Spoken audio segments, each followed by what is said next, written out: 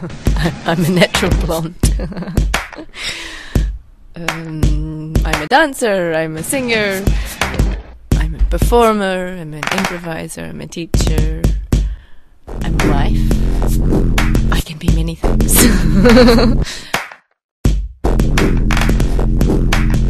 For this particular performance, I'm a media star.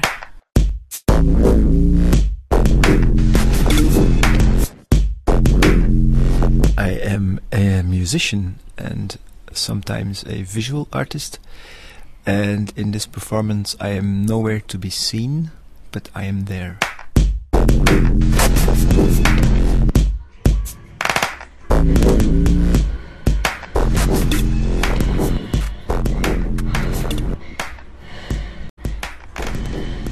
It's about this woman who is a media presenter of varying descriptions. She does the weather and the commercials and the news, and she has a lot of technology attached to her body. She is very much in control, or wanting to be in control, but there are points at which there's a point at which she starts to lose control, and we don't know if it's the technology making her lose control or if she's losing it and therefore the technology is taking over. I think you have to go back 2 years back into the past, where we expressed interest to work together and try to combine live singing with movement and electronic music. That was the starting point for our collaboration. The starting point for this piece in particular, I think, was most of the work that we did this summer, where we spent 2 months researching here in Kortrijk. A lot of reading was going on. A few themes emerged, and one of them is the technology that we were talking about, but also the notion of speed. And then we picked up a lot of information from French theorist and philosopher Paul Virilio, and there was a lot of interesting things that emerged from his work. His notions of speed and fragmented media and the effects on people, on how people perceive reality, because nowadays reality presents itself through an incredible amount of layers and forms, and so that was very interesting for us. I think we started in 2005 buying our first sensors and testing out options, going to workshops to find out about Maximus P, and the usual steps that you take before you launch yourself in such a thing. And then we spent 2 years fine-tuning a system which actually, for me personally, became usable a couple of days ago. So I sort of knew that this was going, you can see the point in the future where then it will be stable, and I sort of knew from past experiences that it takes a long time before you get there. So it's a question of staying on track and remaining focused and knowing what it is that you want and not adding things to it along the way, which is something we did not do. We actually pretty much, we had a system after a few months, and we're still using the same system. Also because it's important for Suzanne to really learn the in and outs of all the senses, and to, if you start changing your configuration after a few weeks, you're never going to get anywhere. So now we have this system, but you can say in general that it took us about 2 years and help from many people. So it was quite a ride.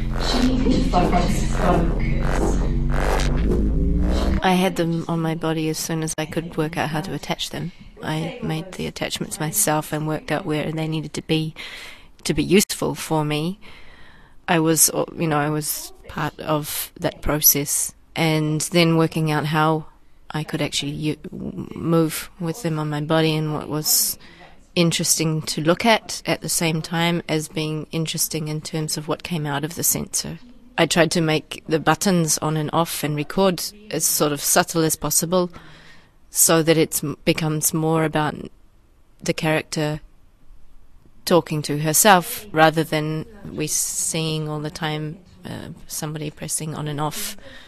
And you get more into the story of this person rather than, oh, she's pressing a button now. Yeah, fantastic idea. Fantastic idea. Sign lease forms, pay gas bill. Yeah, fantastic idea. Yeah, fantastic idea. Maybe tomorrow.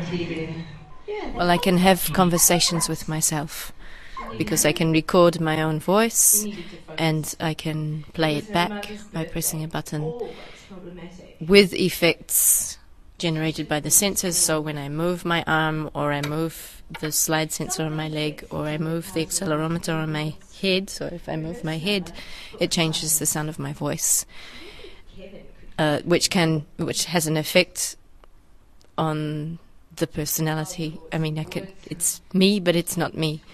So then you have a sort of schizophrenic thing happening. It can also be a reflection of what is happening in my head, or you can see it as another character coming in that she's actually having a dialogue with. And so that has also transformed the texts, and she's really apart from herself, which is quite odd. She sees herself from outside as a viewer would see her.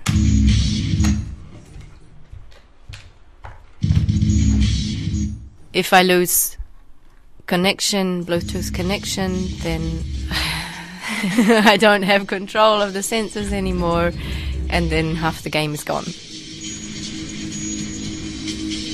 I mean, yes, it has given us an enormous amount of material to use, ideas. Oh, we could do this and we could do this, and what happens?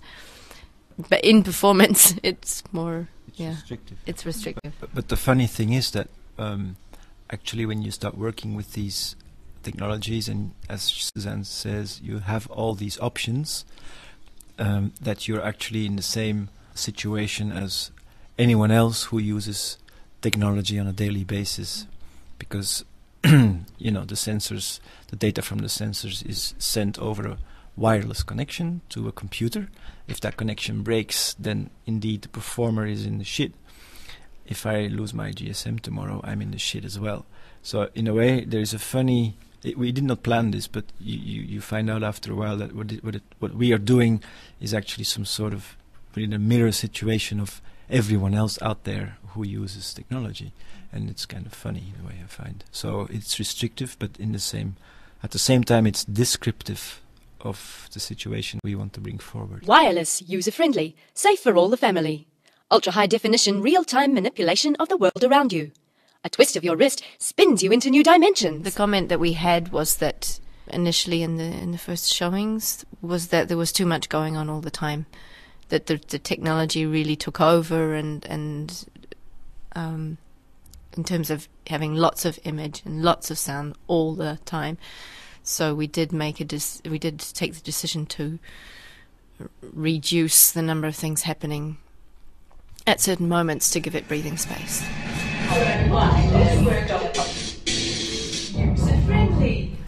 People gave us reactions also regarding their comprehension of what's going on, in a way that people apparently feel the necessity to understand every move and every cause and effect relationship. Personally, I think that is not so important. And a couple of months ago, we actively worked on that to make sure that at times it's very clear that they understand what's going on, and at times that they don't have a clue and that it actually should not matter. And by taking out certain things, this process was achieved like that. So little does so much. A twist of your wrist spins you into new dimensions. Overall, what we would try to give to people is that we give them a glimpse into a box, and in that box is a person running around, and there's some sound and there's some images, and after 50 minutes the box closes. They see a story that sort of ended the way it started, so there is no end statement, and I would like them to leave the theatre having laughed a little bit, because it's a funny piece during several moments, and also I would like to have put some images into their heads which make them a bit uncomfortable. Yeah, and if we succeed in doing that, I will be very happy.